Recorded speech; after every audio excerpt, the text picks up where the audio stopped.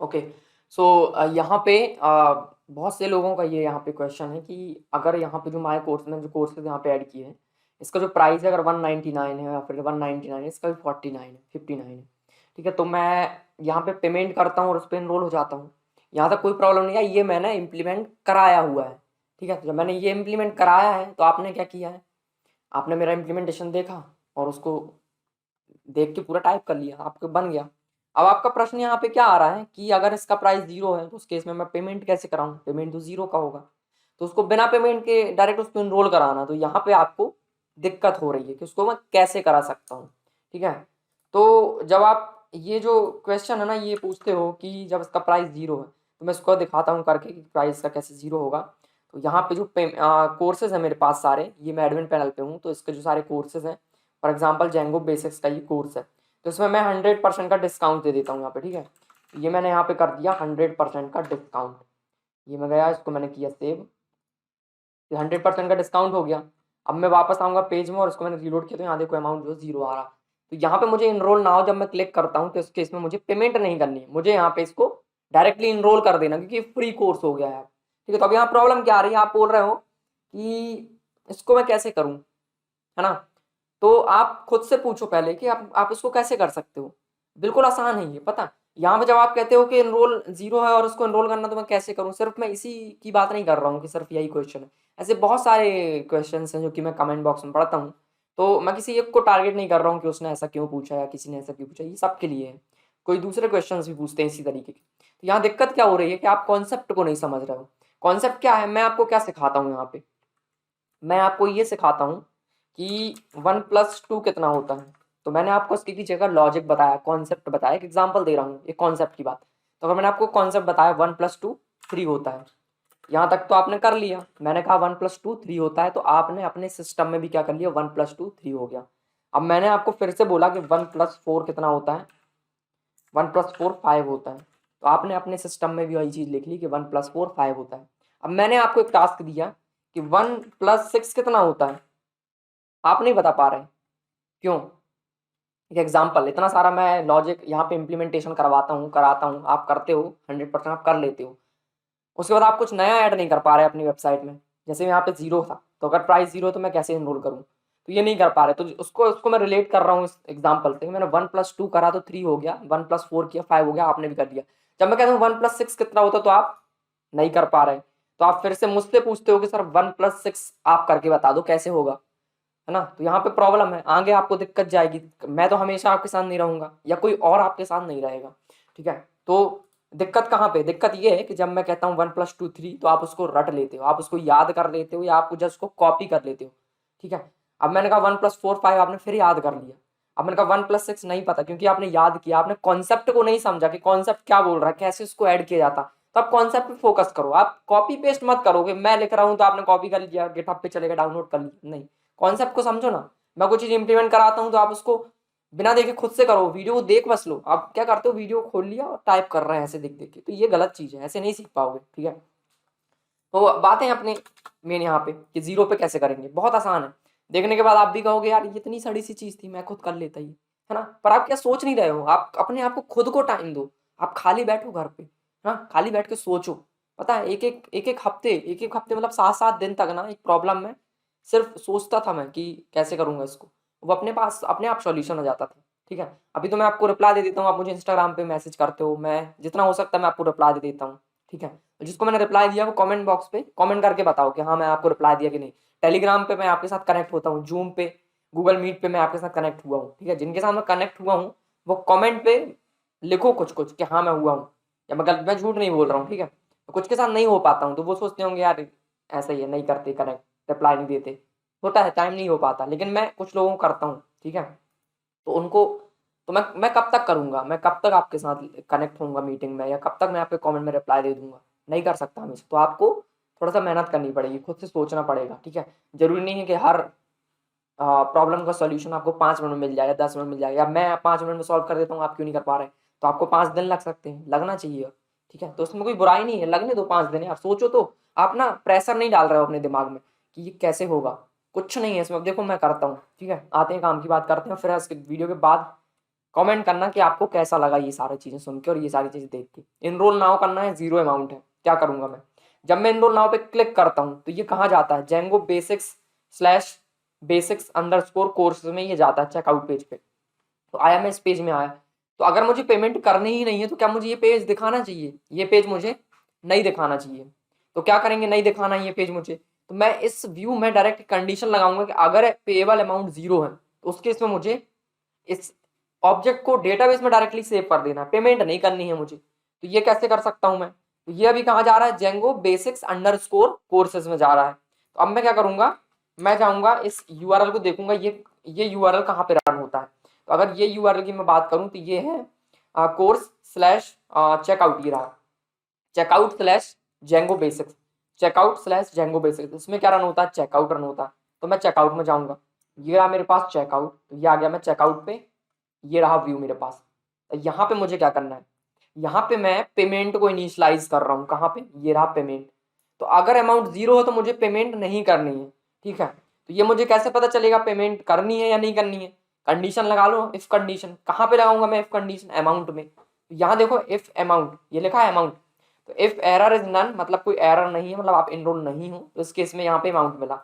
अब मुझे यहाँ पे एक और कंडीशन लगानी है कि अगर यहाँ पे जो अमाउंट है वो जीरो है, ठीक है। तो यहाँ पे मैं एक कंडीशन लगाऊंगा, यहाँ पे मैं लिख देता हूँ if amount is zero, zero don't create payment, ठीक है।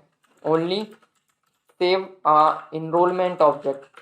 इनरोलमेंट ऑब्जेक्ट का मतलब क्या है, इनरोलमेंट ऑब्जेक्ट मतलब एक कोर्स को एक यूजर के साथ लिंक कर दिया हमने, तो वो एक इनरोलमेंट ऑब्जेक्ट है।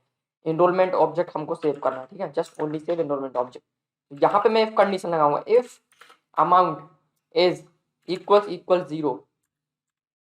इस केस में मुझे क्या करना है, इनरोल डायरेक्ट, ये आ गया, ठीक है। अगर अमाउंट जीरो है तो मुझे डायरेक्टली इनरोल करना है। अब यहाँ पे मैं पास लिख देता हूँ अभी सिंपली ये, ठीक है। तो अब अमाउंट जीरो है तो इनरोल कैसे करते हैं, जब आप पेमेंट करके वापस आते हो तब आप इनरोल करते हो। तो पेमेंट करके जब आप वापस आते हो तो कौन सा पेज चलता है, तो यहाँ पे ये रहा वेरीफाई पेमेंट। जब आप वेरीफाई पेमेंट कर लेते हो तो आप क्या करते हो, लास्ट में यहाँ पे देखो यूजर कोर्स को सेव करते हो। तो ये काम मुझे करना है बिना पेमेंट के। तो मैं इस दो लाइन को कॉपी कर रहा हूँ और मैं इसको यहाँ पे पेस्ट करूंगा इफ के अंदर।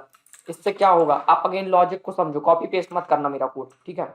यहाँ पे मैंने क्या किया, अगर अमाउंट जीरो है मतलब आपको पेमेंट नहीं करनी, तो अब मैं क्या पेमेंट कर रहा, नहीं कर रहा पेमेंट। पेमेंट मैं कब करूंगा, जब अमाउंट जीरो नहीं होगा, मतलब कि आगे वाला कोड चलेगा। तो मैंने एल्स नहीं लगाया, क्यों एल्स मैंने इसलिए नहीं लगाया, क्योंकि मैं यहाँ से मैं रिटर्न कर दूंगा इसको। रिटर्न करने का मतलब क्या है, इफ चला है मतलब ये रिटर्न हो जाएगा तो आगे कोड नहीं चलेगा, ठीक है। यहाँ पे आप एल्स का यूज कर सकते हो, तो ये ज्यादा सही लगता है मुझे, तो मैं इसका यूज कर, मैं यहाँ से रिटर्न कर दूंगा जैसे ये होगा।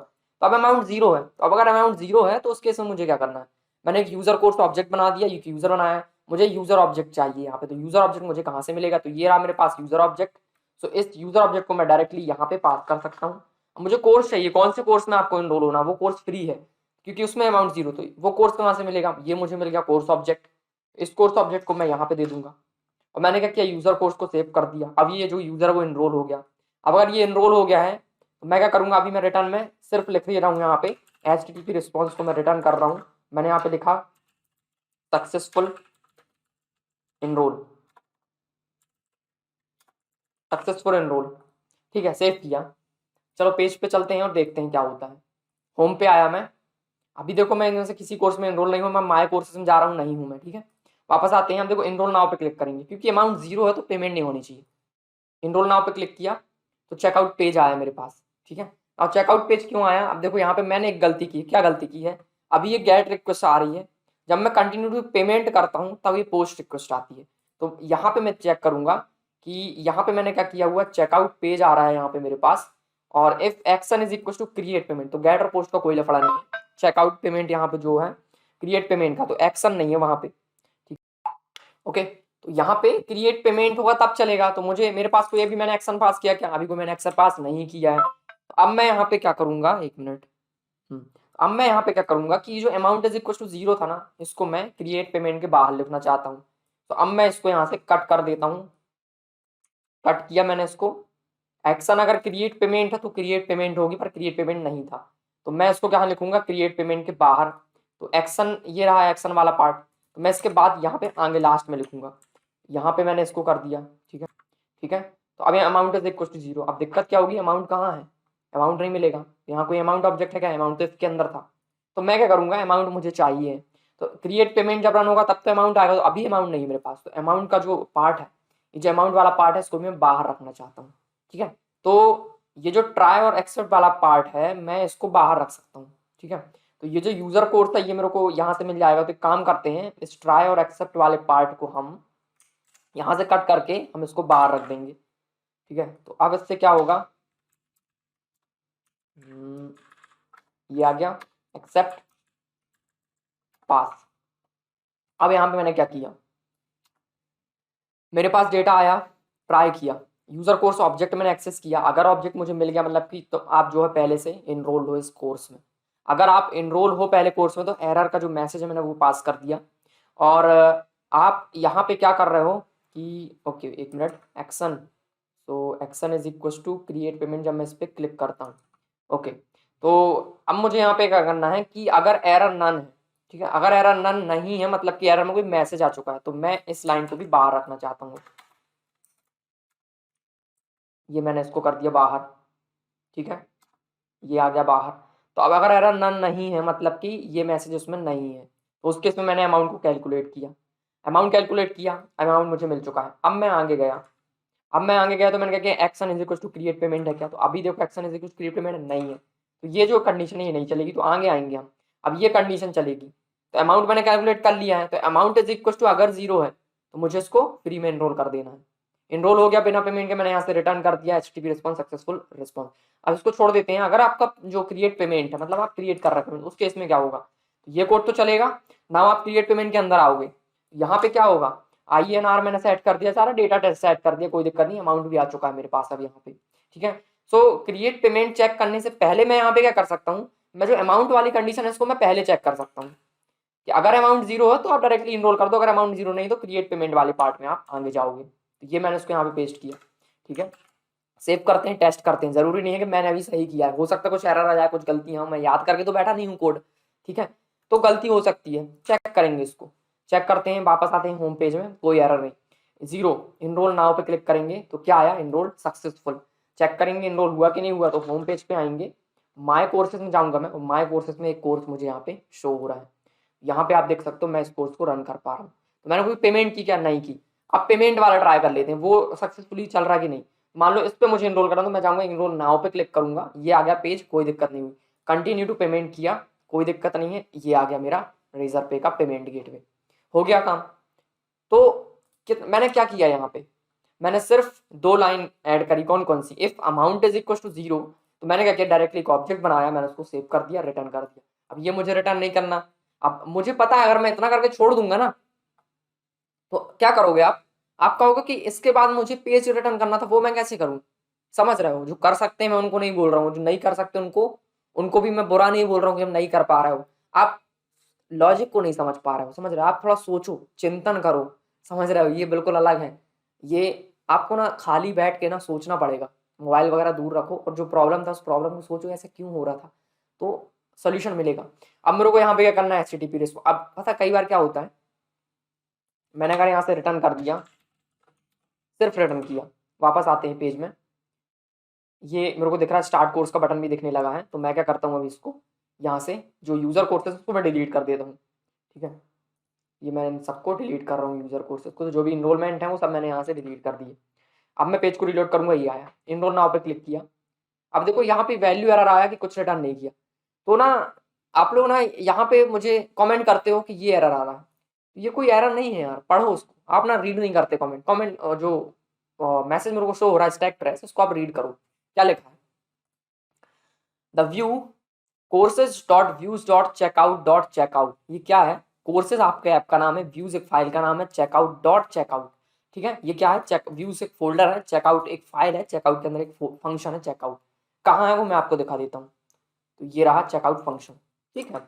अब इसमें क्या लिखा, did not return any HTTP response. आप हिंदी वाले हो तो मैं हिंदी में बता रहा हूँ, did not return an HTTP response, मतलब कोई HTTP रिस्पॉन्स इसने रिटर्न नहीं किया है। तो इसका मतलब यहाँ पे क्या है कि कुछ रिटर्न नहीं किया। यहाँ पे साफ साफ लिखा है कि view courses dot checkout didn't return, ये सेम टू सेम है। It return none instead, none मतलब इसने कुछ नन रिटर्न किया है। तो आप देख सकते हो यहाँ पे थोड़ा सा अगर फॉलो करो इस मेथड को, तो मैंने यहाँ पे रिटर्न किया है क्या, नन।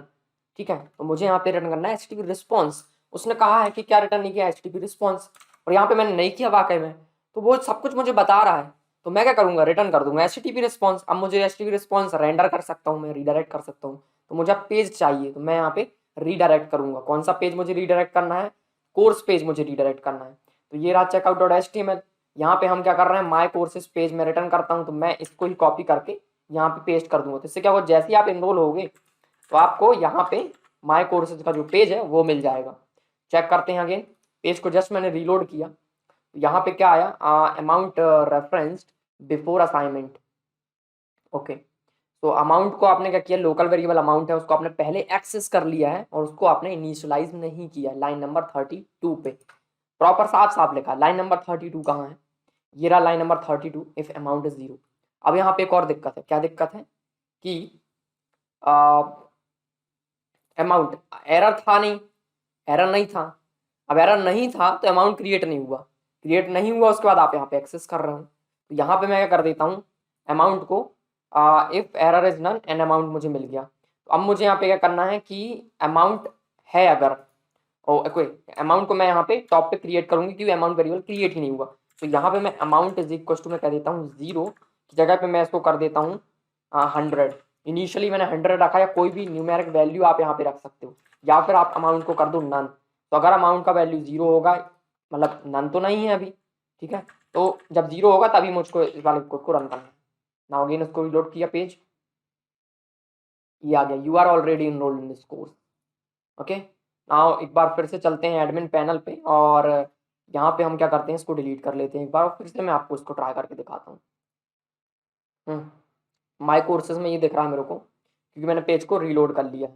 ठीक है, और रीलोड करता हूँ मैं तो वो फिर से इनरोल हो जाता है, तो ये फिर आ गया यहाँ पे।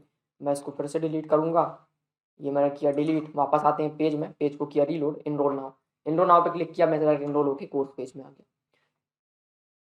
इतना आसान था, क्या था इसमें, कुछ नहीं, मैंने 2 लाइन ऐड करी, थोड़ा सा एरर आ रही थी यार, वो सॉल्व कर लिया, तो कुछ नहीं है। होप आई होप आपको यहाँ पे चीज़ें जो है क्लियर हो गई होंगी। ठीक है, और अगर और कोई दिक्कत है, और कोई आपका अगर क्वेश्चन है तो बताओ।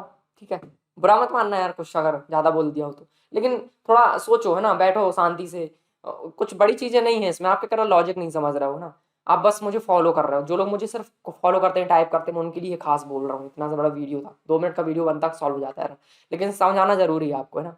तो आई होप चीज़ें आपको समझ में आई होंगी। मिलते हैं अगली किसी वीडियो में। ओके।